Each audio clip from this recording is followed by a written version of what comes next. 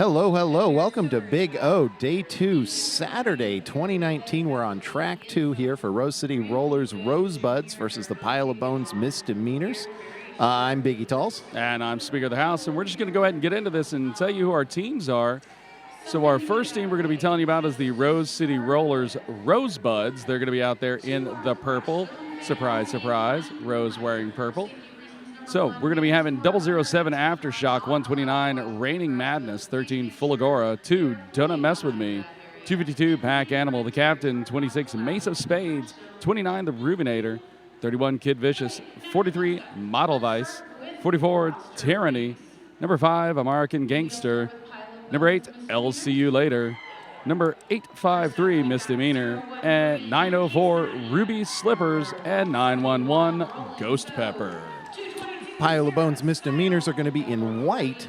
You'll see 013 Nutcase Nadia, 171 Rolling Stone, 222 Saracidal, 40 Depressor, 4040 Stow and Go, 406 T-Bomb, 442 Sriracha Sauce, 5151 Houdini, 56 Mac Daddy, 65 Deja Vu, 700 Young Offenda, 8 Kryptonite, 826 Roadrunner, and 901 Crashity Jane, 911 Killer. So we're just about to start play. The right times are up there on the board. We got all the officials in place. Looks like we have all the players in place. That's all the stuff we need for Derby, isn't it? Pretty much. All we just need is a whistle to blow, and we get this started. Already got our jammer set up on the line. That's going to be Tyranny and Mac Daddy. And just a reminder, if you're watching, it's going to be Rosebuds in the purple and the Misdemeanors in the white. Of course, Rose, you kind of know where they're from. They're up the road in Portland. And coming all the way from Regina, Saskatchewan are the Misdemeanors. Always happy to see the Rose City Rollers Rosebuds out at this event. Of course, it's basically their home event, at least for mixed derby. Jam starts and immediately into the pile and into a pile on the track. Yeah, I've seen a lot of these junior skaters, incredible amount of balance out here, in play. A lot of good ability to withstand contact, and looking like finally withstanding hip contact. Still trying to roll it out, though. Last effort there from Houdini.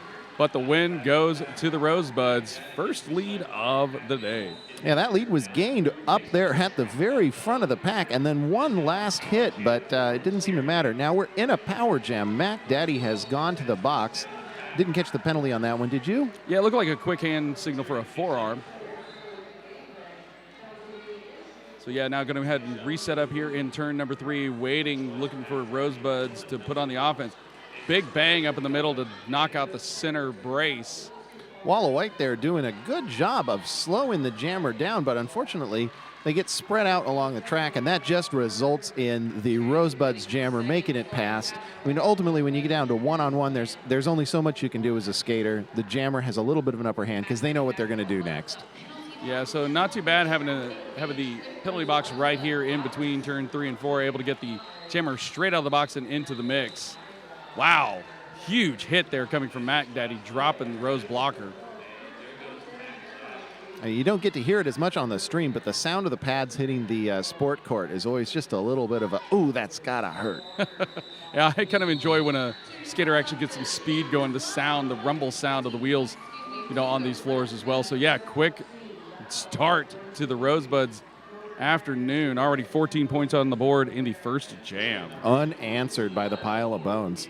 I mean, that's a opening broadside to your opponent. Let's see how the Pile of Bones pick up and go in their next jam here. We've got number 222 Saracidal up for Pile of Bones, and that looks what is that, number 44 Tyranny for the Rosebuds? No, that's a 904 Ruby Slippers sliding out there and looking at the front, and that's going to be Saracidal. Quick out of the pack, 222 in the white. Man. Switching off 1 for 1 on lead jammers. Yeah, the Pile of Bones played yesterday against the Los Anarchists. Had a good start.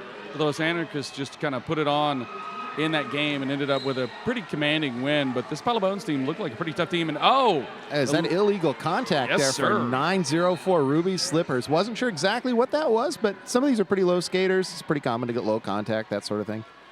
So, yeah, already each team trading off a jammer penalty here at the start in the first 2 jams, as well as the lead. Let's get to see what the Pile of Bones can do offense-wise. And this is one of the areas that they struggled in yesterday. They had a hard time developing a good offensive strategy to get these multi-pass runs. And seeing just like the standard Rose League teams, hard to get by them in these special team situations. Jam called off there by Sarah Seidel. They put 8 points up on the board, so answering Rose's 14 with 8 points. That's the current score. We are 26-48 remaining in the game, so just over 3 minutes into this game so far, and already action from both directions. Yeah, and Pile of Bones are already getting their jammer quickly out there. That's going to be 51-51. Houdini already started this game a little bit blocking there at the beginning, so kind of playing a bit of a two-way game already early in the goings. Yeah, and already seeing the discussion about what they're going to do as the offense, realizing that 904 Ruby Slippers was quick out of the box, but wow, huge hit on the backside, lead on the front side.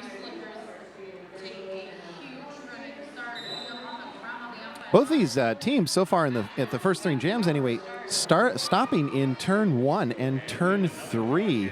Oh, 5-1, 5-1 Houdini for the Pile of Bones, going to the penalty box on a back block.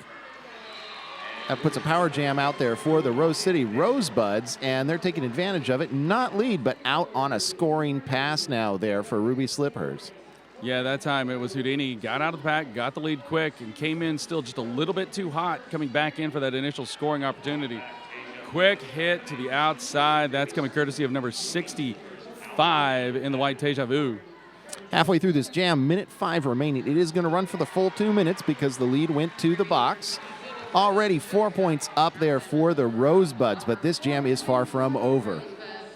Yeah, a lot of quick feet, hard action moving. I mean, a lot of very demonstrative play right now. There's no slip and slide. This is all just right now power and run coming out of the box for Houdini.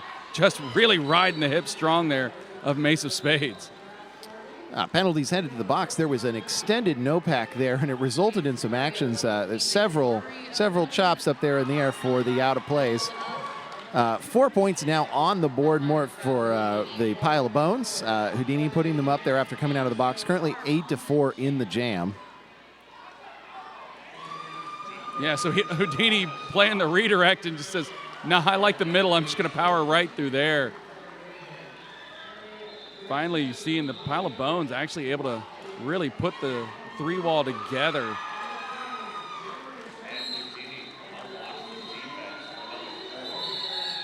So, yeah, we're going to have the final whistles there. Wow, an absolutely frenetic jam there. Of course, getting the penalties out there, it's going to end up kind of changing the nature of the way your strategy is going to be in normal, just standard, everybody's out there on the floor play. And it seemed like they were all trying to refigure it out as they got to different parts of the track. I mean, we now have a lead change. It's 24-22 in favor of the Pile of Bones. With 16 points on that last jam, that really moved the needle this early in the game. We're exactly 6 minutes into the game as we start there. The jammers lined up at the right L jammer line. We've got LCU Later versus Mac Daddy for the Pile of Bones. Both jammers taking some serious pounding there in the first turn, but ultimately LCU Later making it out, getting lead jammer, followed very close behind by Mac Daddy. This is probably going to be a pretty tight call-off here. Well, yeah, good job of the Misdemeanors to get a little further away from the Rosebuds, knowing that it was going to probably be a one and done. And it succeeded in getting them 2 points. Yeah, at 2 with nothing answering. So 26-22 now in favor of the Pile of Bones. Yeah, I like seeing good awareness out of the young skaters. I mean, it's only just going to grow as they continue to play and, gain more experience. And then, of course, you have a team like Rose, which ages up their players quite frequently, once they make it. And they already have incredibly smart players to keep making that adult team be just tremendous. A very quick lead there, just a few seconds in. We've got lead to Sarah Seidel, earned up the inside of the track. Both teams bunched up together in turn 1 now, right? With the Rosebuds jammer still stuck in the front of the pack.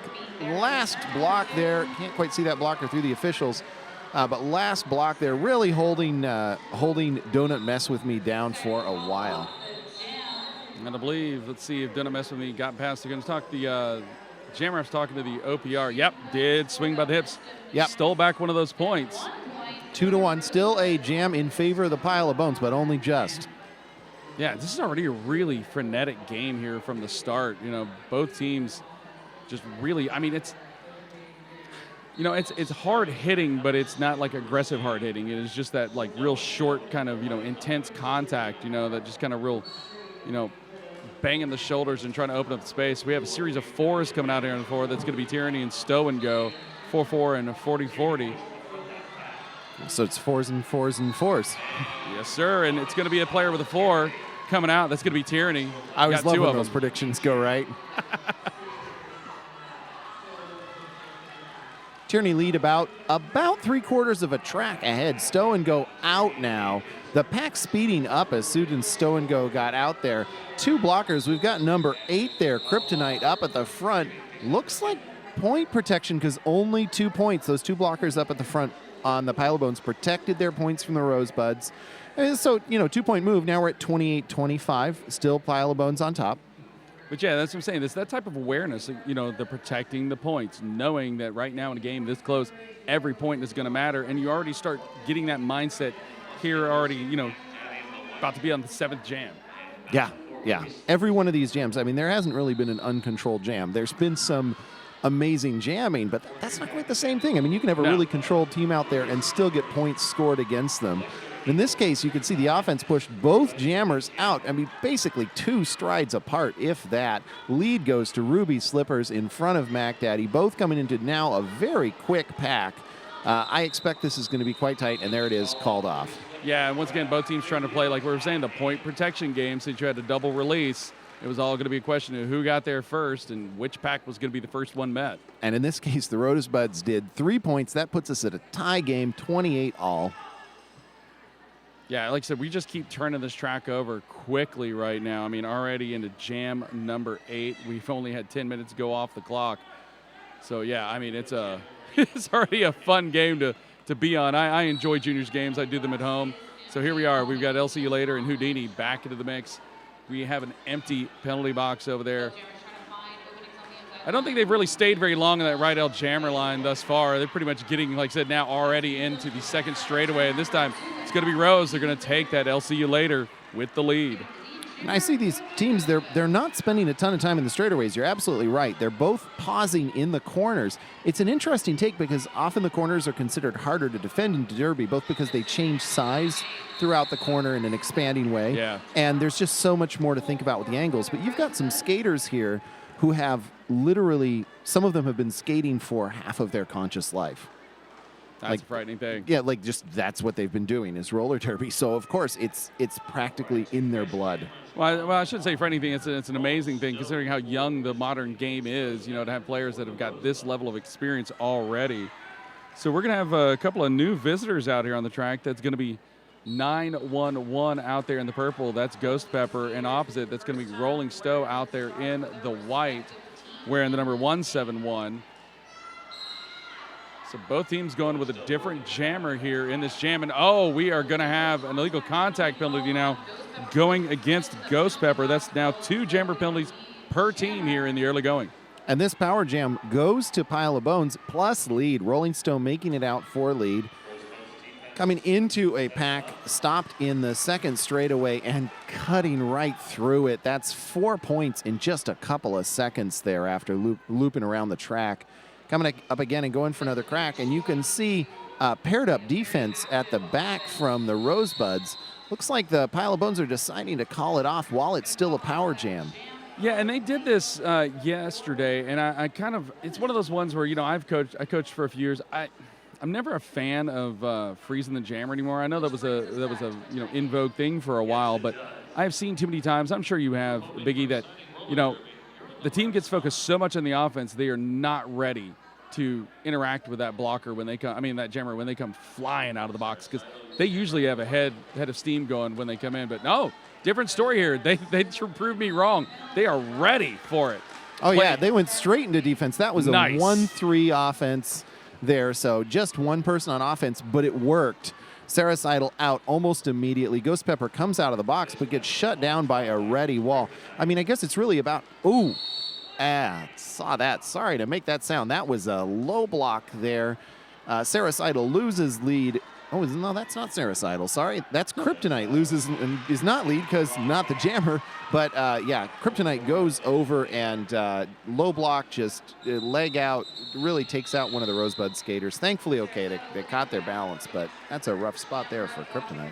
Yeah, Saracidal did get to finish that with 4 points onto the board. You know, each team traded off a big jam there. Had a 14 for Rose in the first, a 16 in the third for the Misdemeanors. But since then, it's pretty much just been these just quick hit, you know, and just get 4, 3, 2.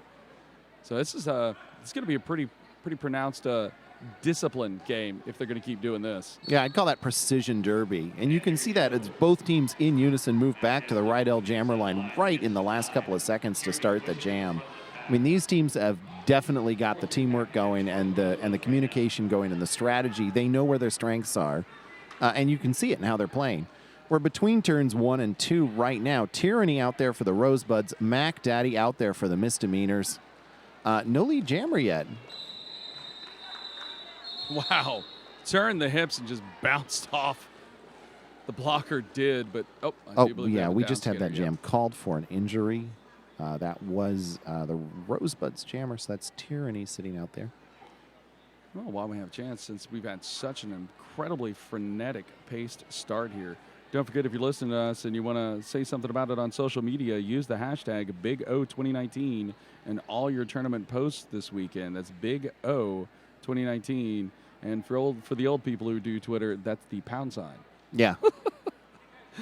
It's that digit you press to put your password in on your voicemail. I think is the way that works. Yeah, and if you're just looking to do some shopping while we have a stop and play, don't forget to visit Derby Warehouse, derbywarehouse.com for all your Derby gear needs with free shipping and free returns. Now on the internet. So you were talking about the points. We're going to put the points up there for the board. You can see those big jams early on, but it really does look like these teams have sort of dialed in on each other. They've picked out what's going on, and since then it's just been a game of inches. That's a real sign of some teams that know what they're doing and know how to take their skills and put them out there on the floor. All right, good to see the skater getting up off the inside there. Because like I said, it's been a physical game, but not like broadly physical game.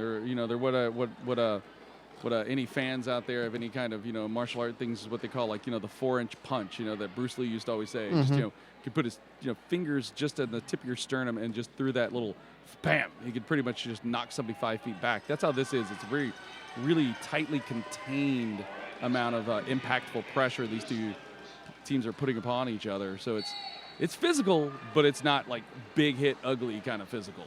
Right. So we're going to reset this one up with Ruby Slippers and Houdini.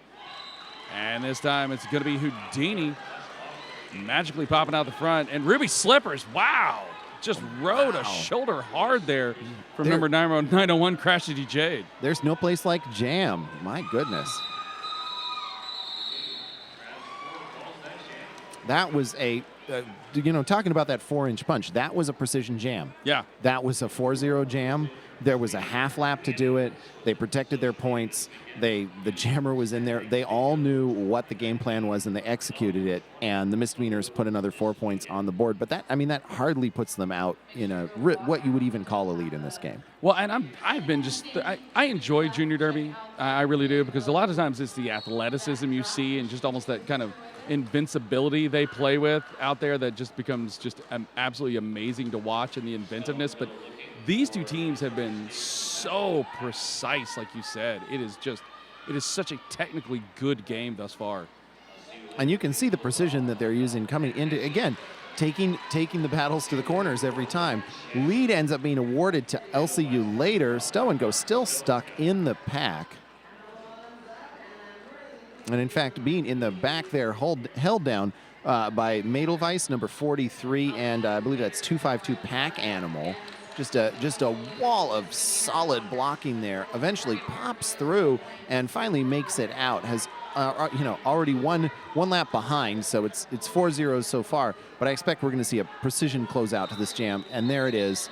Go in, get the points you can, which we'll see what those are in a second, and call it off as soon as they're threatened there. Yeah, Depressor number 40 was making sure not going to get pointed on that little spinorama there on the outside.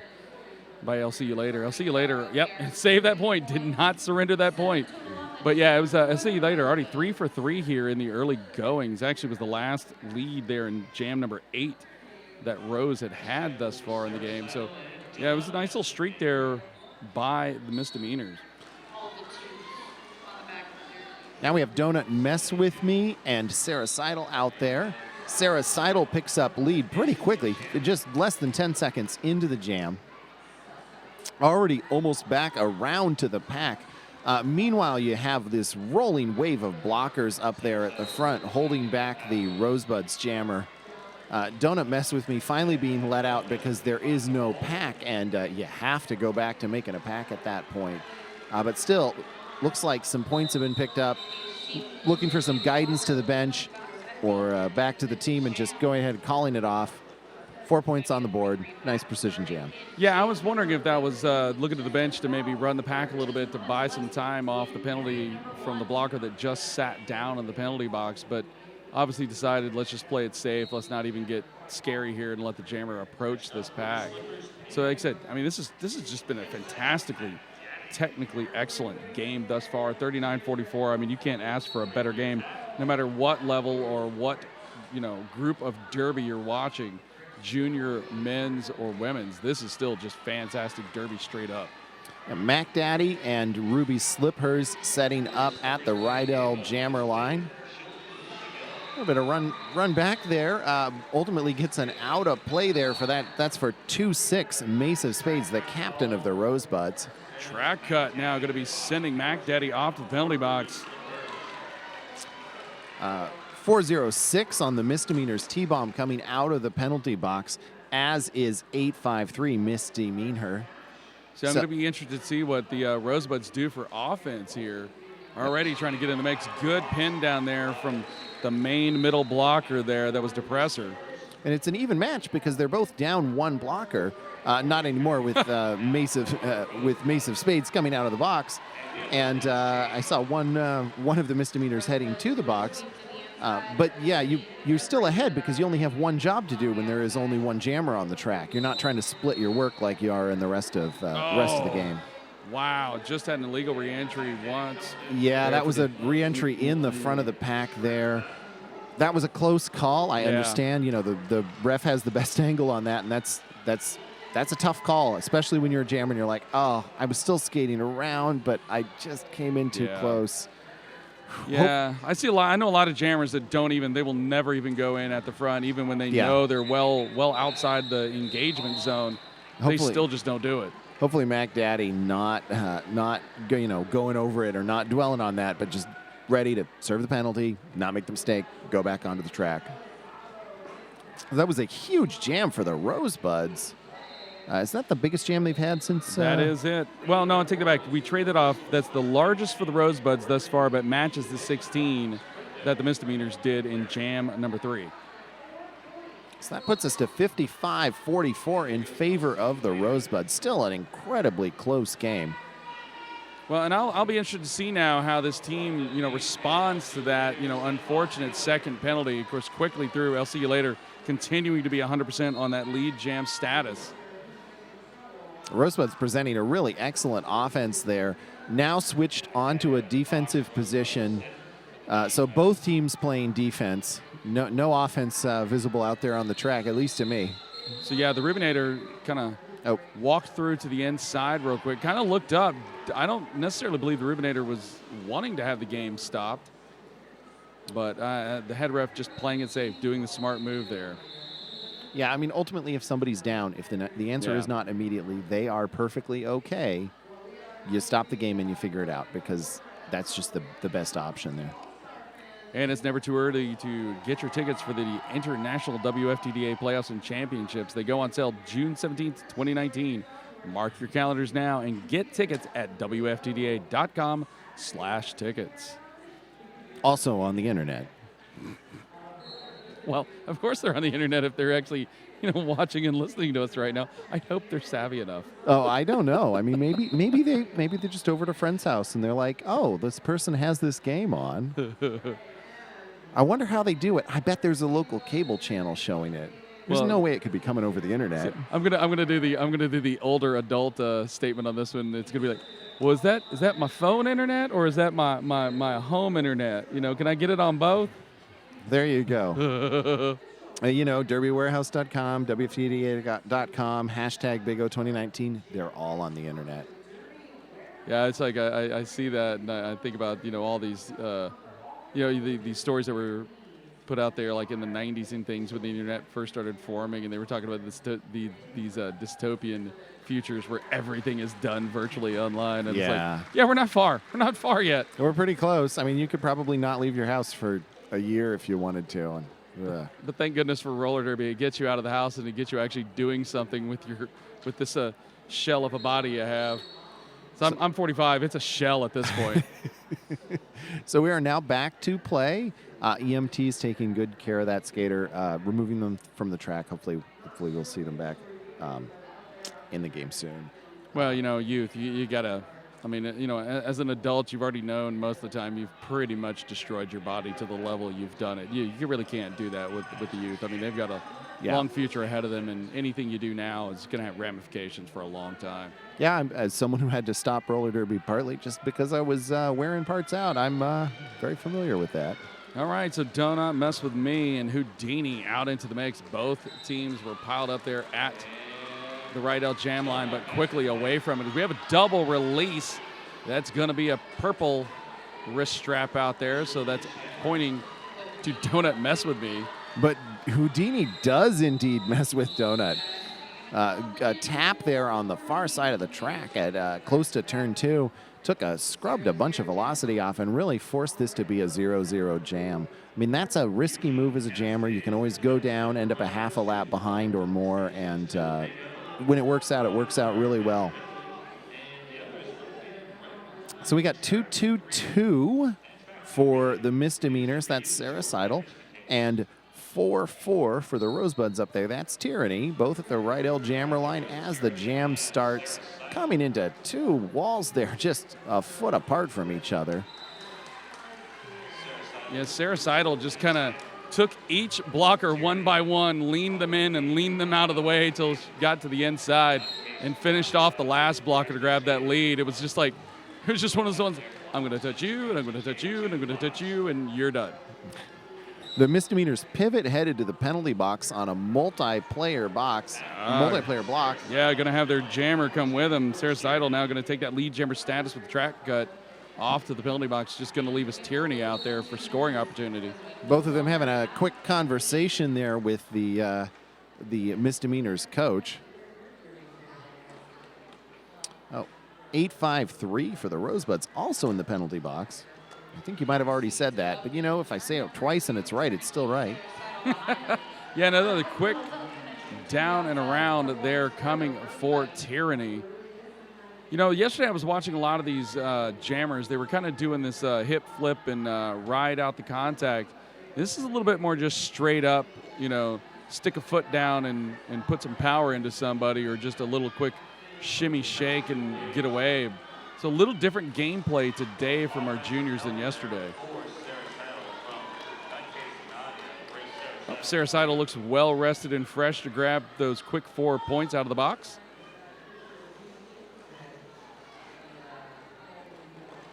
Yeah, and trying to get the offense there, really capping it off at the front was the Misdemeanors. Able to push another offensive 4 quickly through with Sarah Seidel. Still trying to find a regain through as Tyranny had a pretty quick run there, Biggie. It now just got stalled out. Yeah, 10 seconds, less than 10 seconds left in this jam. So last few points to scrape off of the track here. See what comes up there. We got 2 more and 4 more. So that's all 4 that were sitting in the Rosebuds pockets, and 2 more for the Misdemeanors. That brings us 12-10 for the jam, which is, that's not bad if you've got a penalty in that jam to come in that close. No. But still moves the Rosebuds a little further into the lead, 71-54, with just under 7 minutes remaining in this period. Yeah, we're going to have Rolling Stowe go out there alongside Ghost Pepper. Ghost Pepper trying to dig it out to the out, and now trying to do a little slash and burn here at the front. Trying to turn the body sideways. Really a well fought. I know exactly who that is. It's Deja Vu up front. seen that number a lot of times, rode it out for just a little bit too long. Yeah, unfortunately, going to the box based on that. So Deja Vu doing some good work, but not quite perfect. Quick first pass now with lead. 0-1-3. Nutcase Nadia coming back out of the box straight into a tap there of number 2-6 Mesa Spades, the captain for the Rosebuds. Yet another pass going here. 4 more points on the board. Yeah, this has been one of the few just, natural multi-pass runs we've seen out here. If we've had the multi-pass, it's usually, of this level. It's come courtesy of a penalty. So whatever's happening with this defense right now, they have it figured out on Rolling Stowe. And of course, every jammer's got their style. Sometimes you as a jammer, you can come up against a team that their particular defense, it just shuts your style down, and that's where you end up. Yeah, it's you do get in a matchup game, and a lot of these juniors teams do have players that can go both ways. They're able to, either if they're not working it out as a jammer, they can go in as a blocker. A lot of flexibility with the lineups. But the Rosebuds now losing 2 of their blockers off the penalty box. This might be the moment that finally breaks Rolling Stowe out, but wow, 2 blockers still making it hard work. Actually, a 3rd blocker heading into the box. That's number 26 Mesa of Spades joining Pack Animal and 4th now. And Madelweiss. Oh, the Rosebuds. So that means they've got stacked up penalties. So they're going to be running short for at least the next 45 seconds or so before they even start getting folks back, just because they took time to, come back on the track and then go back out to sit in those 2 seats in the penalty box. Yeah, okay, I'm going to wait to see what's happening here because Mesa Spades was the first one to be called out of that triple set of blockers to go in. But Madelweiss was the first one to go into the box. You know what? If I was a coach on the other team, I would actually see if I could get an insubordination on that one for not reporting to the box in a timely manner after the penalty. I would definitely be of a mind to get that tracked. I saw Jesse Jackass headed over there to see what was going on, so there might indeed be something added. Yeah, because that's should have been the first one to report and did not. So we'll see if this kind of gets lost in the mix, as things go on. So I know it can get a little confusing when you have that many penalties being assessed. Using a strong defensive operation there coming from the Misdemeanors. That was number 8 Kryptonite. Unfortunately, apologies. That's Roadrunner 826 headed to the box. Kryptonite number 8 was doing the action there at the back there, first on the jammer, and I mixed up with 826. So now we are seeing Skater getting reporting penalty boxes. 1 is standing, so we have a spot available to sit. So we have 3 blockers for the Rosebuds in the box. Loneliest blocker out there. And, of course, 1 is standing, so, they'll be joined pretty quickly by number 3-1, Kid Vicious.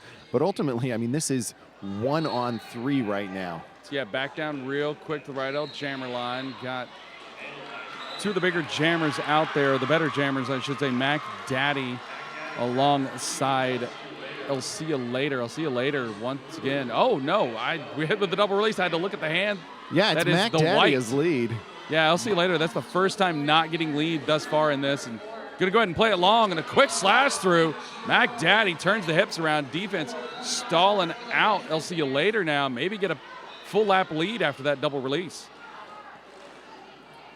I'll see you later. Very impressive there. Making it past three opponents with only 1 person to help you. That's some serious jamming chops. Yeah, Mac Daddy once again able to split the difference there. A little zigzag to open up the space. Going to keep running this long now because we are 2:26 on the clock, 1:05 on the jam clock. Mac Daddy coming in with power, spinning out of it. Excellent balance and forward momentum. Already 12 points on the board for Mac Daddy, and this jam is not over. There's still almost a minute left. We're at 46 seconds. Yeah, okay, that's only almost a minute in announcer math. Yeah, I just spotted Deja Vu, one of the stalwart blockers for the Misdemeanors, going out the penalty box. Going to check on that here at halftime. Deja Vu, multiple trips thus far. Strong defender out there. Going to definitely want to have that skater in the second half. And some players almost use that strategically. You'll see players that get 4 or 5 penalties in the first half, and then they stay in the game in the second half, and they sort of just whatever they were doing at 10 before, they dial back to 9.5. They take the penalties off, and they're still effective for their teams because you can't play derby from the other room. I mean, you can talk about it, you can armchair derby, but you can't play it from the other room. So ultimately, if you foul out, you can't help your team anymore. So Mac Daddy went down on the outside, kind of coming up a little bit gingerly, but moving on the skate. So that's good to see. I think that was just kind of one of those shocker moments where it's just you kind of get banged in one direction, banged in another direction, and it just kind of rattles your brain a little bit, and it just goes into a little bit of shock as to what the heck just happened to me. Yeah. So we will see Mac Daddy off the floor for a couple of jams because obviously when the jam is called for you don't get to just come right back on. Well, I'm not sure if, I did miss to see whether or not she actually made the call-off or the call-off was made for, because it was late in that and did have lead. So yeah, and I did. It's true. It's entirely possible. Yeah, if you're the pile of bones, you're hoping called it from the floor. Especially with the performance so far. So Donut Mess With Me now up against Stow and Go. I see lead up there, a little white flag on that hand, so that must mean lead is Stow and Go. All 80 wheels on the track now. Every player out of the penalty box. I really do like the awareness of some of these blockers when they come out of the penalty box, how they're already eyeballing what they need to do to help their team as they come out, not just trying to race to get in and go, okay, what do I do now? You used to mostly only see jammers considering their action out of the penalty box, and now you see blockers. They already know what their team is doing. They're familiar with the pattern. They're familiar with the strategy, and so they come out and just join their spot in the strategy. So here's a crazy moment here. This is only our second 0-0 jam outside of an injury call-off. So it's a bit surprising. I mean, there's been some really good defense and a lot of just, double releases and quick hits and done. But, yeah, that's only our second 0-0.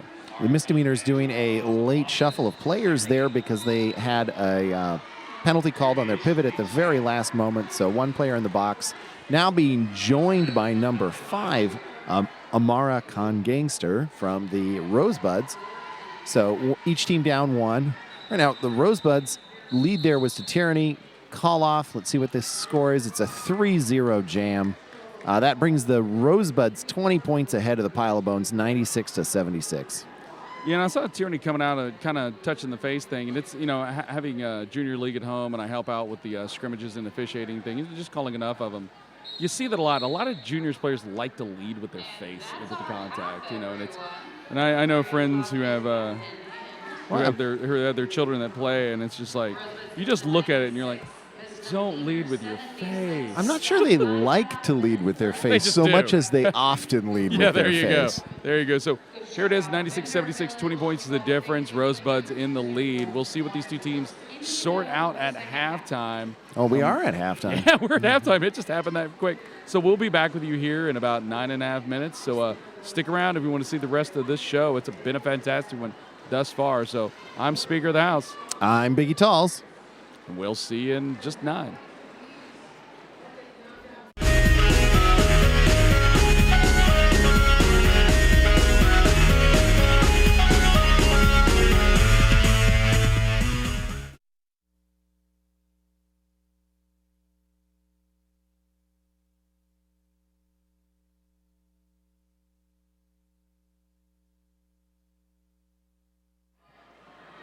All right, we are back in the mix, watching some teams warm up. Got some games still going on. They do this all day long here. So have our junior teams ready to go. So, yeah, we were seeing a lot of players going off to the penalty box there for a while. So, yeah, we were correct. It was 16 Rosebud trips to the penalty box, 19 for the Misdemeanors. So, there really wasn't any penalties in particular for the Misdemeanors, the team from Saskatchewan. Kind of a random amount of penalties, so nothing in particular they got to watch for here in the second half. On the other hand, though, for the Rosebuds, was a lot of, those position, those pack penalties, and direction. Direction usually indicative of trying to run the offense and things like that in general is where you see those come through. But, once again, we had a really, really tight game there for a while, and really it hinged. Really, I'm going to say it one more time just because I like the word really.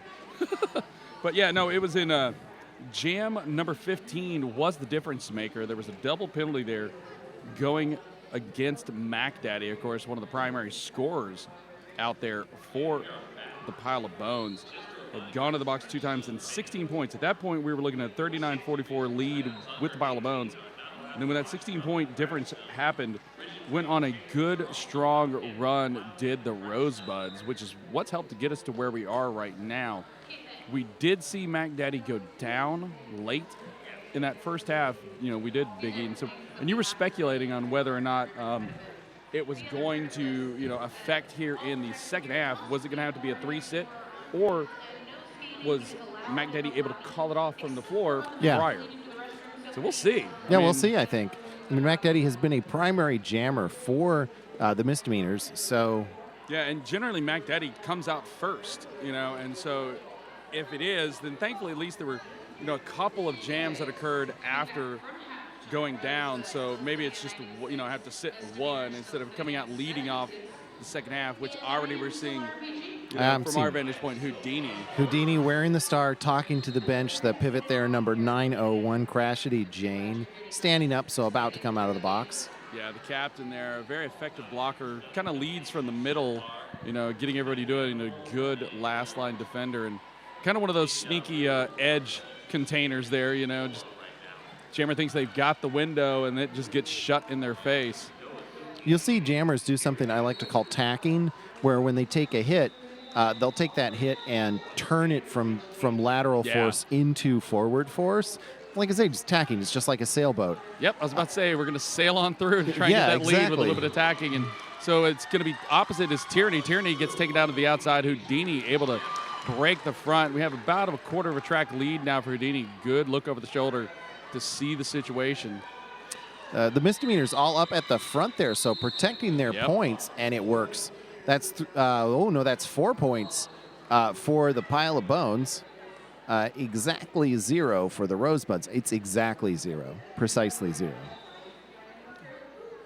Oh, it's going to be an interesting matchup. We really didn't see this one too many times in the first half. It's going to be Elsie Later going alongside Sarah Seidel, both very... I would say really different styles. Yeah, it's you got kind of a little more straightforward physical, but not necessarily a bang it through for Elsie Later. I mean, of course, I say that now coming off and what happens? The right out jam line, goes it's just straight into the wall. We're just gonna hammer. Like Shut no up, nuance talking there. man. Just it's the curse of the announcer. You predict a thing, and exactly the opposite thing happens. Well, then if you know that, then you should end up knowing that whatever I say is going to be wrong, and we go the other way. So therefore, transitive. No, it's kind of Schrodinger's prediction. It's not wrong until an announcer says it. Yeah, there you go. Elsie Later now making an easier run that time for those 4 points. We got a tap into the heads from the inside from the officials. That means the captain, 901, Crashity Jade, is now your jammer. Well, and given that Crashity got there was a little conversation in the box, I wouldn't be surprised if that was either the plan from moment one or the very close by backup plan. Like, hey, will you take the star if, this goes a little sideways? And indeed, it went a little sideways, took the star, shut it down. It was still an 8-point jam for the Rosebuds, which is a great jam. Yep, and there we go. So, yeah, good to see out there Mac Daddy on the track. So, sat it out, going to bring it in. And who knows, maybe this might end up creating a natural, reset for the jammer rotation, maybe get a different defensive front out there, and it works. Going out to in now is Mac Daddy, already about to take a full lap lead on Don't Mess With Me. And the last line of defense there up against Mac Daddy, number 26 on the Rosebuds, Mesa Smith, the captain, immediately switching back into directing people at the back of the pack. Like that's one of the real marks we've seen in this game is just that snap, snap, snap, snap, snap from one task to the next. Nobody's hanging around doing something too long. So yeah, Don't Mess With Me coming in fast at the back, getting the call off is Mac Daddy and the Misdemeanors. I keep seeing the name Donut Mess With Me, and I can think, is it just because there's such a huge donut thing up here in the Northwest? There's a huge donut thing up here? I didn't know. Yeah, it's kind of weird for me. Okay. It's almost like, Okay. But if Pastry you've treats. had one of those Cool. donuts, some of them are really good. Eh. Yeah, okay, fair enough. I just want to do the hand clap, clap, clap, clap, clap, clap. Overrated. That too. So here we go. Ruby Slipper, Stow and Go. Nothing overrated about these players. They have been fantastic all afternoon. And we have, once again, a quick double release. You almost have to look for the hand that's up in the air and what color it's wearing. Oh, and trying to leap through on the fourth whistle. Did we see it? Did steal 1 point there late. 1 point. It must have been somebody at the back because the jump prior would have been either none or all. So yeah, got that prior to takeoff. So that's good. Good stuff there. I like seeing a player play it out to the end. hey, if you're working towards doing that, you might need world-class edging. And Rydell has you experiencing world-class edging with the Radar Halo, available in a full range of hardnesses from 84A all the way up to 103A. There's a halo for everyone, even you, speaker. I do have skates. Yeah, I there you skate go. on them. I do things with them. I don't know if I need edging. I don't play that way. So here we go. We have Houdini. We have Ghost Pepper. And it's going to be Houdini just banging through the middle there in the initial apex. But edging, like back and forth. Houdini, Yeah. drawing the path up through the pack, making their own escape route. So Ghost Pepper finally breaking free. Going to potentially hold this down to a single pass. Houdini head down, though. Woo, kind of a late call off. Putting on the jets was Ghost Pepper. But we do have a fist in the air, so that's going to be 0 points. The Misdemeanors spending much of that jam down a blocker. They had Depressor in the box. Starting with Depressor just standing, so they'll still be down a blocker for the first 10 seconds. You can see they're setting up at the back there. Your standard 2 forward, 1 back.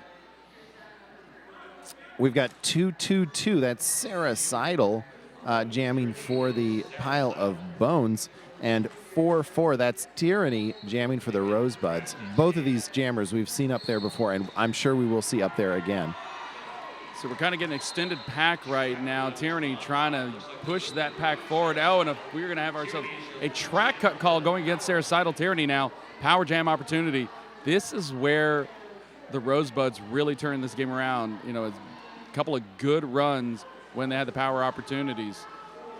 Rosebuds down a blocker still. Number 5, American Gangster coming out of the box. But the Misdemeanors down both a pivot and a jammer. Well, their jammer will now be released. Number 222, Sarah Seidel coming out as Tyranny goes to the box. Now, Tyranny will sit almost the whole penalty because Sarah Seidel was standing for a few seconds before, so probably a 25-second or so power jam here. And they're taking advantage as best they can. Wow, just saw that dig up and under from the Rosebud blocker. Didn't catch the number just yet. That's number 853, Misdemeanor.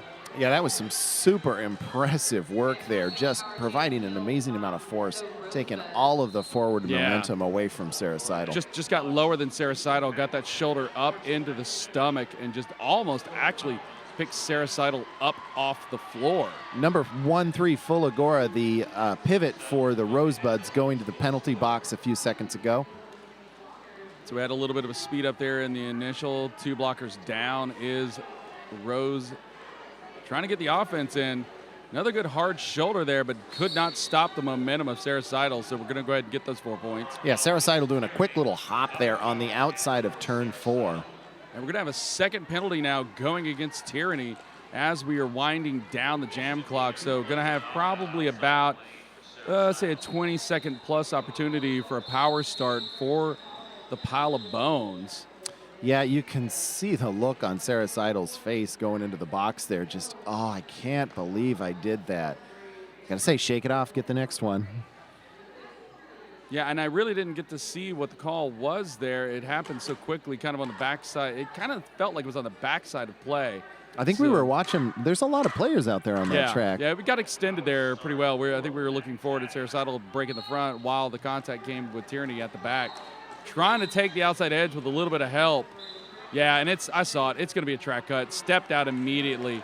Was blinded by her own blocker. Could not see what was happening the opposite side of the track. So, well, that second penalty going against Tyranny not really going to matter now as Well, it still gave a start, but it's not the start they expected. Mac Daddy's going to be serving about 28 seconds of that penalty.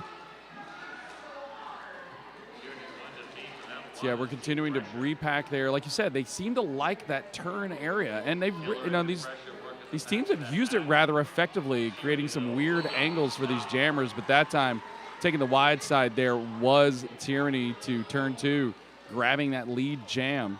No points gathered yet for the Rosebuds, so the power jam makes a difference, but it's not transformative, at least not yet.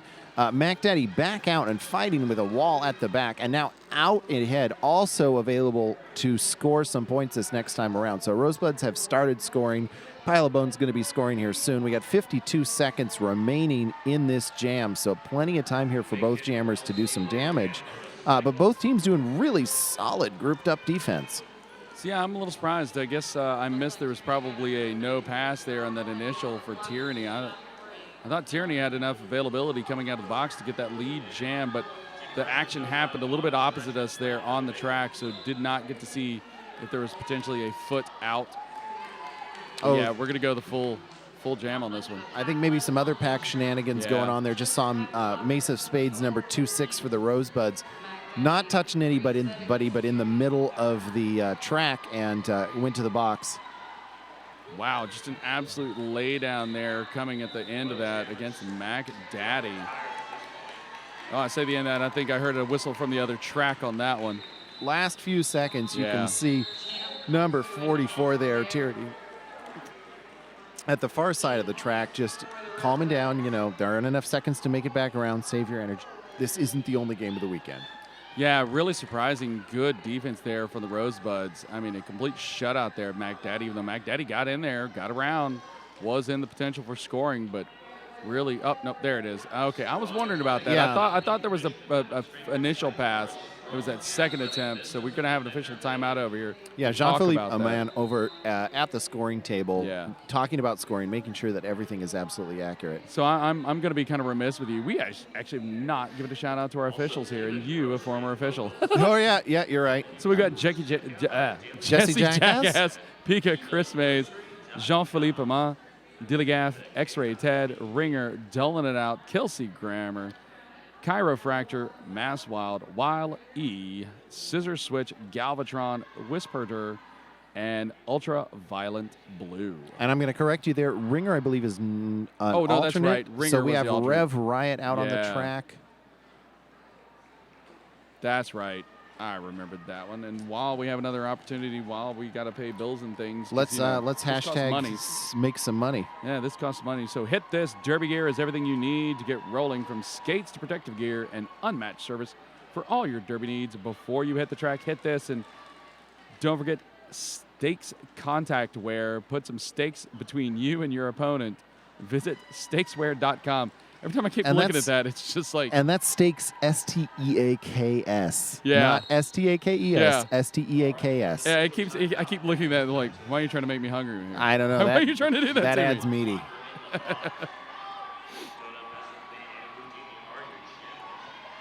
Okay, we had a little official timeout while they sussed out the points there. The final score decision there ends up at 117 Rosebuds versus 99 Misdemeanors. Starting this jam out with Donut Mess With Me and Houdini. Houdini out for a lead.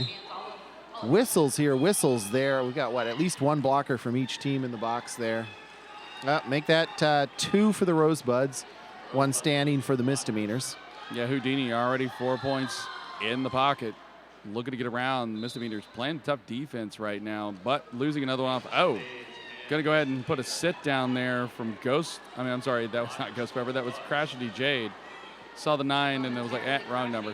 Yeah, we had two of the Misdemeanors going to the box at the same time as one was coming out. So not really getting ahead there. Nice slip of the hips there, though, for quick offense from the captain, Crashity Jade. You can see on the left of your screen 2 blockers down for the Pile of Bones. Yeah, Crashity Jade playing the namesake, crashing out, Don't Mess With Me. Go ahead and play the song, doing it again. This time, Crashity Jade, direction of gameplay. Nope, sorry, different skater. That's going to be number 40. Sorry, it's that's 40. Depressor. Yeah, Depressor. Yeah, the two of them keep pivoting it around over and over, and it's like I start losing track of which one's which. Yeah, Regina really taking control of that. We've been talking about penalties, but at the same time, there was 20 points put on the board. That makes this a 2-point game. 2? Yeah, this is the closest, 121 to 118. This is the closest this game has been for quite some time now. I mean, we've had a 20-point gap between these two teams. Expanding a little, contracting a little, expanding a little, contracting a little, but So for quite some time now. The last time we were this close in gameplay would have been back to number 7 of the first, 28-28. Yeah, So, 7th jam in the first half. So what is that, 20 jams ago, 23 jams ago? Of course, like I said, the difference really came in that jam number 15 of the first. That's where Rose got out to it a bit. But, yeah, just chipping away has been this team from Saskatchewan. So we got Ruby Slippers, Rolling Stowe out there. Ruby Slippers has got the lead designation, getting the drawback now. The drawback now buying some time for Rolling Stowe to break the front. So just a half-track lead and a step over on the inside. Truck cut. Yep. Now that was lead, so we're going to see a full 2-minute jam here, minute 20 remaining in it. Apart from the jammer, this is an empty penalty box, so there's a lot of action that can happen between the blockers out here on the track. Yeah, I haven't seen too much of Rolling Stowe out there. Just, kind of an offset jammer, for the pile of bones. Sorry to interrupt you there, speaker, but we just had a lead change. I believe the pile of bones, how many jams has it been since they had a lead? A while. Yeah, it's this is getting one of those opportunities. They last had it, 4 jams ago, but it's really been kind of a little bit back and forth. They haven't been able to do as much with it when they've gotten it. And Ruby Slippers coming out of the penalty box, completely catching the pile of bones jammers by surprise, or blockers by surprise. I mean, they weren't even looking the direction right in front of the box. So, the pack was right there, and it was just step out past. Yeah, and that's one of the hard things when you're trying to run the offense for your jammer. Sometimes you get so hyper-focused into doing that, you don't catch the jammer coming out, even if people are yelling at you. It's a really good crowd in here for this game right now, so pretty vociferous out there from the audience. Yeah, you can't see the crowd because they're behind the camera, but fair number of people out here in the stands.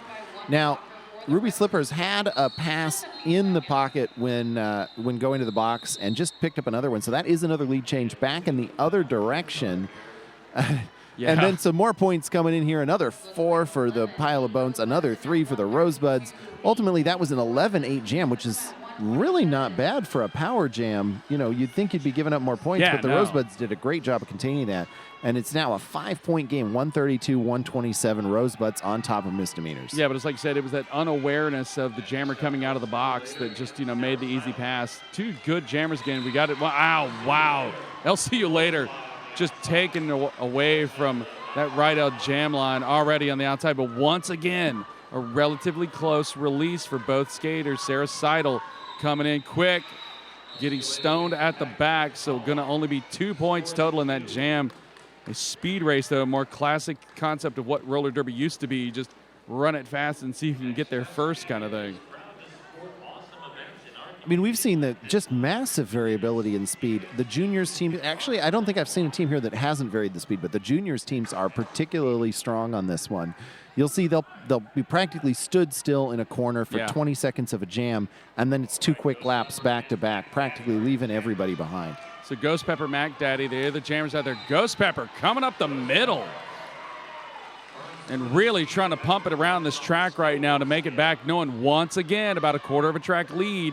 You're seeing the Misdemeanors trying to get up front, do not want to surrender those points, have that superior position, flips the hips inside, 2 points. Oh, but unfortunately, a late call there, a back block. I saw that. Yeah, that's a back block on number 5-6. That's Mac Daddy. Yeah, Mac Daddy trying to come in and steal those points fast. So I missed the hand signal. We have the coaches here on the inside. I thought I saw a tee. There was a back block, and now there's an official review. Okay, so they did give us the official review signal. Okay. Which I can understand, that last-minute call, and especially with this game being a 9-point game or a 9-point game, that's potentially a really impactful call. Yeah, and I was looking at the front, seeing if Ghost Pepper was going to be able to slide the hips around that defense because the Same defense here. got a good position. So I didn't get a single. You at home, Yeah. you know more about this action than we do because you saw the back of it. You could hashtag Big O 2019. Tell us your opinion before this game ends. We won't see it because we're not on Twitter, but everybody else watching can see it. So hopefully we'll have our official grab the mic and let us all know what's happening. We'll see if we get the wavy hand of the mic. Here we go. White is requesting removal of the backlot call at the end of the previous game. So what it was we were getting a request of the removal of that back block call, as obvious. Biggie, kind of been here, done that kind of thing before, haven't you? Yeah, that seemed like, it's a very sensible thing to do, especially even if you don't expect to win it. Just thinking in terms of the clock management. Yeah. You're about 15 minutes out. You're 14 Yeah. minutes out from the end of the game. You still have all of your timeouts. There's a little bit of risk in using your official review, but generally the officials do a pretty solid job, so you don't need them to change the game. And this alone could change the game.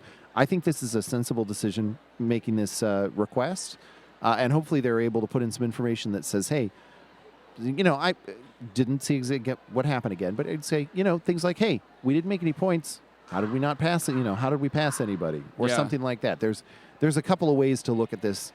I don't know what the coaches said, but we'll see what the decision comes out of it. Yeah, and I'm going to suspect with the nature of where it was in gameplay, it was going to be more in the contact version, the modern context of the back block, not necessarily a advancement of position, because if it would have been an advancement of position, we'd have potentially shown, fingers go up about points. Had they passed somebody else? Had they not?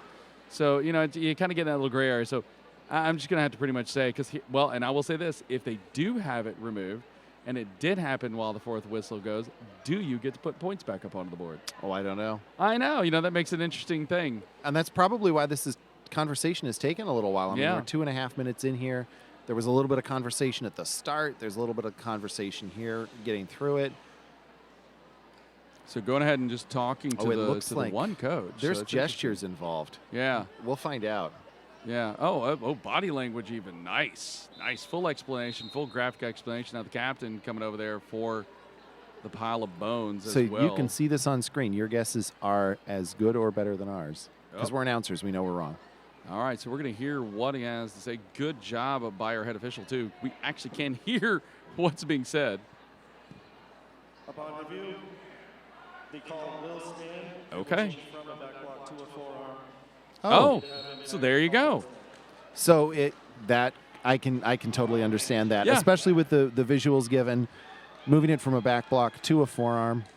Wow, and already got into play. It's like, oh, hey, we're going to tell you what's happening, but we're going to go ahead and get this game going on. So Ruby Slippers out there all by lonesome. So power start here, trying to pick apart this defense right now. Hey, that's smart action on the part of Jesse Jackass there. Say, you know what? You can start the game while I'm still telling them what's going on. I'll catch up.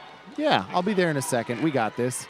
So lead has now finally been established. A really massive block there from Nutcase Nadia to the outside, using the shape of the track to just force that. Force Ruby Slippers to take a hard fall down there. So now it's going to be see if they can get Mac Daddy through to go ahead and help force the call off. But wow, Rosebuds are like, no, I don't care what your plans are. We have other plans. We're going to bring it back and try to get through. Mac Daddy, one left to beat. This might be the moment. Yep. So double release, even though had the lead already, had been established, and there you go. They got what they wanted out of that. Exactly. Good job by that pile of bones defense. Unfortunately, they paid the price for it. 9-0-1 and 4-0-6, both in the box for the misdemeanors. So they are starting two blockers down. 4-0-6 T-Bomb there picked up a penalty. I believe it was a low block right there close to the end. Successfully took the jammer to the infield, but didn't do it in a clean fashion. This also means the misdemeanors do not have a pivot, so the star pass, of course, is not available to them. So 2 down, no star pass available. That's a rough spot to be in. Let's see what they do with it. Starting off with the right L jammer line, we have Donut Mess With Me versus Houdini. Yeah, it's going to be Donut Mess With Me out of the pack first. It's now 5 in a row for the Rosebuds getting lead here. So, I mean, they're getting, and a quick dip through on the inside, baited to the out, but got chipped out there. Captain came back into play. Houdini unlocking the front of the pack, slipping free of the chains of the opposing blockers, and ultimately making it out there to force the call-off. It is still a 4-0 call-off, so not exactly everything you want, but still contains the Rosebuds even after not getting lead. Well, I mean, you just kind of hold your breath in that situation to see what may come of that. You know, exactly. You don't want to end up too far underwater. No, not at all. I mean, of course, again, you had a few times where it just felt like, if you didn't get break free, you were going to have a train come just crashing over you with some of these larger bodied blockers. I mean, just absolutely solid, nifty skaters out here. And ultimately, if you can keep them from getting a barrel of points, you've done your job. So Sarah Seidel, I'll see you later. They're out there, and it's Sarah Seidel getting recycled. So we hadn't seen this often in the game, players getting recycled as the jammers out there, but doing a good job with Rosebuds now. So LC later gets that lead, half-track lead now coming around for the scoring run. Once again, Pile of Bones getting out front, not wanting to surrender a point, but they did. Yep, 2 points. That number 8 was a little slow to get back up with the pack, so already seeded that one. At the end of that first pass, Miss Demeanor doing a great job going for the jammer, but these both teams have just quick-footed jammers that step out of the way. So yeah, that's 6 in a row now. Yeah. Coming out there for Rosebuds. Yet if you looked at the score, you wouldn't necessarily No. know it. I mean, the Misdemeanors have been doing such a good job of containing the scoring. Oh, they said Houdini out again, so not much time off for these jammers. Yep, and once again, pushing the front of the pack. That's where they're winning right now, are the Rosebuds. They're getting the opposing defense to the front so they can drive them out. So Tyranny. Well, out, but only about 2/3 of a lap ahead. Well, they actually have at least 3 blockers out there. Oh, a nice little skinny slip there, tiptoeing on the inside, pulled that 4th point out. So yeah, they've held. I mean, it's a 19-point gap at this point. Yeah, they've held them down now for 0 points, since jam number 10. So that's 5 jams now, holding them at 0. I'm sorry, 6. Let me do the math right. It appears we have a foul out. Yeah, we have a foul out on the Misdemeanors. That's number 6-5, Teja Vu. That is a big loss for the Misdemeanors. Teja Vu is in a lot of action, doing a lot of good blocking, a lot of offensive blocking. But we suspected in the first half that might happen. Meanwhile, Ghost Pepper out there on the track took off from the right L jammer line straight up through the pack and pretty quickly picked up lead. Stow and Go, meanwhile, stuck in the pack. Yeah, just absolute dominance right now coming out there on the right L jammer line from the Rosebuds. 9 leads in a row. We have another player that has gone down on the opposite side of us on the track. So once again, good job by our production crew not to see injured players down. In fact, let's go ahead and bring up the score differentials. I mean, obviously we're looking at the Rosebuds bench right now, but let's show you how the points per jam have been so far. So you can see early on we had a lot of high-scoring matched jams, but in the later half of the later quarter, I guess, of the first half, and the first half of the second half. I'm going to stop using the word half there. Very contained scores. You have to stop. I absolutely have to. But you can also see in the first half of the second period, a lot of little unanswered points coming from the Rosebuds, and that's just really kept the air hole. Well, and the other side too is, two. you just realize that it's been that one big 20-pointer that really kind of brought Pile of Bones back here in the second half. Yeah, second half of the second half. But yeah, no, I mean I guess it's somewhat indicative of the program up there in Portland at all levels. There seems to be this consistency from these teams, and I guess it's a mindset that's now getting developed. The discipline. I think if you took one of these jams that we've had in the last few jams for the Rosebuds and spliced them in earlier to the video of the game, you wouldn't know a difference. No. The Misdemeanors still a very high level of derby, but showing just a little bit sloppier play, picking up more penalties than the Rosebuds. It's not a huge gap, but it's enough of a gap for the Rosebuds to stick a lever in there and lift their score. Yeah, so Ruby Slippers now breaking through, making it 10 in a row now, holding strong, going against Houdini. Houdini, very special jammer here coming from this team from Saskatchewan. Just good consistency, but now with a full lap lead, the Rosebuds going to go ahead and kind of roll. Well, sorry, yeah, a full lap lead, points in hand now.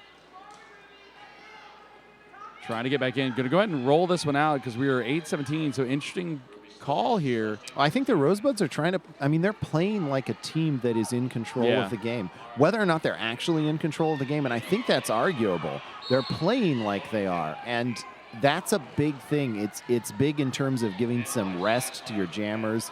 It's big in terms of just presenting a face that says something about the game you're playing out there. Well, and the interesting move here is the fact that with the penalties that have been assessed against jammers, it has been the jammer who's on the floor. That 904 has already taken 2 of the team total jammer penalties, 1 early in the first, and actually 1 here just in jam number 9. So, but I think, like you said, I think it's the mindset now. You feel a little more calm.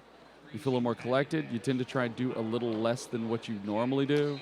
Now, they did call it off at an 8-4 rather than continue to run it. And that is an interesting choice because there's relatively little time left, and they are down 2 blockers. They were demonstrating that they could at least match points there. Yeah. You had a formula out there that was working on the track, and rather than stick with it, they've changed, and the Pile of Bones have taken advantage of it. Sarah Seidel picking up lead a half a lap ahead of LCU later. Now, this is going to be a tough decision because, LC Later has been very strong here in this game. Yeah, going to go ahead and call it. Normally I would say own your lead, but with the fact that LC Later has been so good in this game thus far, I'm going to go ahead and say, let that one go. Take your 4, go put it back. There's certain jammers you just don't want to mess with. Time is against the Misdemeanors here. There's 6.5 minutes left. That's somewhere between 3 and 7 jams, given you sort of usual times. They have not been making points at a pace where they can make up this gap without a little bit of luck. Well, but that's what I'm saying about owning your jams. They have not had lead jam for so long now. It's going to be 2 in a row. I think this is the point where you're going to have to go ahead and start owning your leads. You have a good jammer out there in Don't It Mess With Me. Don't get me wrong, but Don't It Mess With Me has been handled a couple times pretty well in this game. So you're going to try and at some point trust your defense since you at least have 3 of them out there, 1 ready to go. But it did not work. Don't It Mess With Me. First one out of the scoring pack. So they were thinking that way, and it just did not work out. Wow. So, okay, did get the 4, so we did match points on that one. So no loss of differential here. 161-139 is where we're going to sit. Now, my question is, Misdemeanors are sitting on 3 timeouts. When did they start using them here? They need the clock. They ultimately do. This isn't a huge pace. If we look at the whole game so far, we're 54 minutes, almost 55 minutes into the game. We're seeing a pace of just under 2.6 points per minute for the Misdemeanors, 3 points per minute for the Rosebuds. I would have just used one just then. Yeah. We had 2 in a row. Let's get the confidence. Let's get the rah-rah over there. Absolutely. Make everybody feel good about themselves. Go back with a little bit of rest. But ultimately, they may want to ride the hot hand, though. That's the other side of it. Yeah, we're armchair derbying here, and they've played with their team more than we have. Yeah, I'm just a fan of trying to own your momentum as much as you can. When I coached, I like to keep that momentum. And yeah, here we go. We now have a high block. So high block now going against Houdini. Yeah, this is a power jam when the Pile of Bones Misdemeanors can least afford it. Yeah. They're down a pivot, so they're down a blocker. Now it's a power jam. There's the possibility that they can hold this down to a relatively low-scoring jam, but they're already 4 points behind in this jam, and it's not getting better as Tyranny comes out and puts another 4 points on the board. Jam not even over, just halfway through, a minute in. Yeah, a little disappointing move there. I just saw that was going to be a direction of gameplay call coming against Kryptonite there on the outside. Really was an unnecessary gameplay because it really did not gain an advantage for anybody. It was just extracurricular activity amongst blockers. So, I think a little bit of the discipline is slipping here late for this Pile of Bones defense. And the next trip to the box, number 901, Crashy Jane, the captain. Again, that lack of discipline. Comes in for a hot hit, gets a forearm on it. That's not the sort of thing you want. It's a hot hit that ultimately hit the opposing jammer to the middle of the track, so it didn't change the game except for that you took yourself out of play. Yeah, good seeing that. I mean, really came in Houdini, just pounding away at that Rosebud defense. Really pulled them apart, had them scattered well, but hitting the deck allowed the Rosebud defense to recalibrate, reset, set back up with that brace 3. A lot of hands in the air right now. Yep, They're feeling it. There And comes the timeout. Yeah, I still feel like it was about 2 minutes too late there. Had an opportunity, and it turned it around in that jam. I just, like I said, when I coached, I tended to like to start, pulling them out here at about that 6-minute mark, buy you some times here and there and save a few. Now we're at a positively cavernous 38-point gap. Yeah. I mean, that is just a huge gap compared to the whole rest of the game. Yeah, well, like I said, that 16 points we just rang up. That just pulled it out and I think the Rosebud team knew it.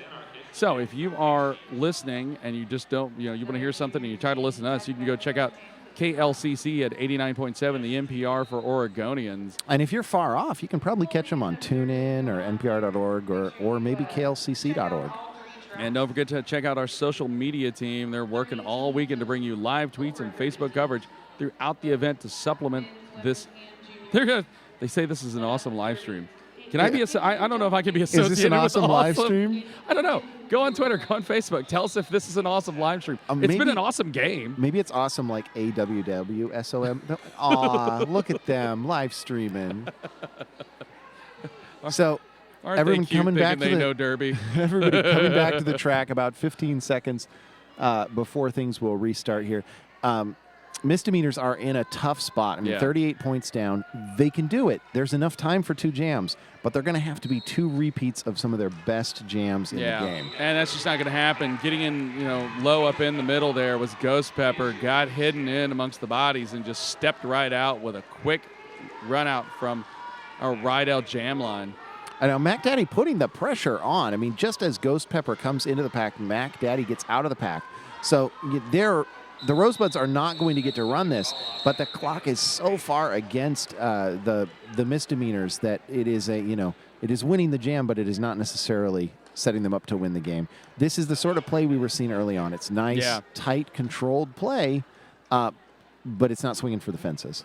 No, and I mean it's like I said, you had those. You've had some of these slip of disciplines here for the Pile of Bones. They have been so good all game long. I mean, only a couple of these moments where you've just seen them kind of like not have that coordinated effort that they've had all game. And unfortunately, it's come late here and in just, a couple of jams. Yeah. But, tight right now, though. Really aggressive. Oh, that looked painful. Really aggressive jamming there from Sarah Seidel in the back, but up against 3 Rosebuds. That's a lot of blocker to fight through.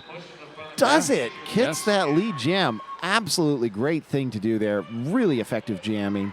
But unfortunately, the Pile of Bones are down 2 blockers right now. Yeah, and I think what it is they're getting a little bit loose and starting to do a little bit of solo work out there, and some of that solo work can expose that athletic differential. That's what I say. It's you don't ever want to get caught in a one-on-one with an athletic jammer. And wow, quick turn in there at the end. Yeah, 4 out of 4 jam. Stealing those 4 points. This is 185 to 143. I think I just heard another timeout. Yep, another timeout. Now, with 1:43 on the clock, you're guaranteed, of course, 1 more jam. Yes. There's a decent chance you'll get 2 more jams because a lot of these jams have been running 1 minute and change. You still have 1 more opportunity to stop the clock. So 1 good jam to put out there, 2 jams possible to put out there. The Misdemeanors are still in this, but just by their fingernails. Well, and you kind of want to close this one out if you can. So here's, my game would be, it's like, all right, players, we got to go out for a sellout win of the lead right here. We win this lead. We try to get as many laps in as we can under that 143. As soon as we get at about, 133, if you're in a position, go ahead and call it. We'll tee it up. We'll get ourselves set up for 1 more jam. We almost have that full we'll get that, at least the full, almost the full extra time with the 10 seconds there. And then he give you 1 more full opportunity. I'm going to say full again. You said half. I'm going to say full. So we're half full. That's us we're today. Half full. We're team half full. Team half full. Well, and the glass is half full. I keep looking at this, and everything I think about, I look at every player out there on the Rosebuds. I look at every player out there on the Pile of Bones, and I can think of a contribution that they've done earlier in the game. A last-minute jammer swap out there, putting number 5-6 Mac Daddy up again. Mac Daddy has been productive. Let's see what can happen here. Yeah, 2 power jammers, but this time not really trying to play necessarily the power game. So lead has been given to LC later. So it'll be interesting to see. Yeah, there's a couple of available strategies here. Wow, they're actually stopping and setting up. I thought they might try to run it for a little bit, see if they can extend the clock, try to run as much clock out, trying to play the two-stop game on the inside. Smack Daddy, LC later, just taking the open space to the out. Mac Daddy working up the inside line. Very smart positioning there, avoiding a track cut, stepping back in, stepping up through, putting 4 points on the board. The Rosebuds already in through their first 4-point pass and working on the next one. LCU later taking another 4 points and putting them up there. And LCU later has played an incredibly clean game. I mean, there's not really been any times you're thinking like, well, might do something extracurricular. No. Yep, extracurricular though. I thought we had a potential. I heard the whistle when bodies fell. Mac Daddy did get back up clean, so not involved there with any activity other than just a hard hit. Oh, and this is going to run the full 2 minutes. This is the game. Tag me. I said it. Here you said it. It changed. Yep. LCU later sitting in the box. Every point now for the next 30 seconds that the Misdemeanors and Mac Daddy can put on the board just makes their position better. I mean, they're tired, but you can still see the fight in them. Yeah, and so it said, got at least maybe about, 15 more seconds of extra time out of this than would otherwise be given. I'll see you later standing now, about to leave the box. So this power jam is going to end. Only going to leave about 15 seconds on the board for action from both of the teams. And, of course, the Rosebuds switched to full defense, which, as a jammer, is really tiring to face full defense. Yeah, but out of the box and quickly through LC later, going ahead and putting the points back up onto the board. Last 10 seconds. This is an opportunity for both of these jammers to put a few points up if the pack does not run, and the pack is not running. And indeed, 4 more. There you go. LCU later puts up 4 more. That's a 16-12 jam. That was a 4-point advantage for the Rosebuds, despite giving up a power jam. Well, and the Rosebuds came in, in the JRDA just slightly ranked lower than the Pile of Bones. And they're now looking slightly higher. I mean, this is not a score. No. Both teams can hold their head high after this score. I mean, this could be just a potential change of positions here, just a flip-flop of positions, not necessarily, devastating for the Pile of Bones, even though, the Pile of Bones had a really tough game against the Los Anarchists yesterday, and this was an incredibly hard-fought game here again today. I am just absolutely thrilled that I got to be able to be on the call for this game. I enjoy Junior Roller Derby. These are 2 fantastic programs. Just looks like sky's the limit for them. There's the final breakdown of the score. You can see both teams started scoring there in the end after a little, cold streak. So here we go. Very impressive game. Congratulate these teams. Yes, absolutely. So once again, Rosebuds 201, Pile of Bones Misdemeanors 155. So this has been Saturday at Big O 2019 on Track 2. So that's Saturday, May 4th. May the 4th be with you. I've been Biggie Talls talking with you about roller derby. I've been Speaker of the House trying to do the same. And I think we did. We'll see you all later.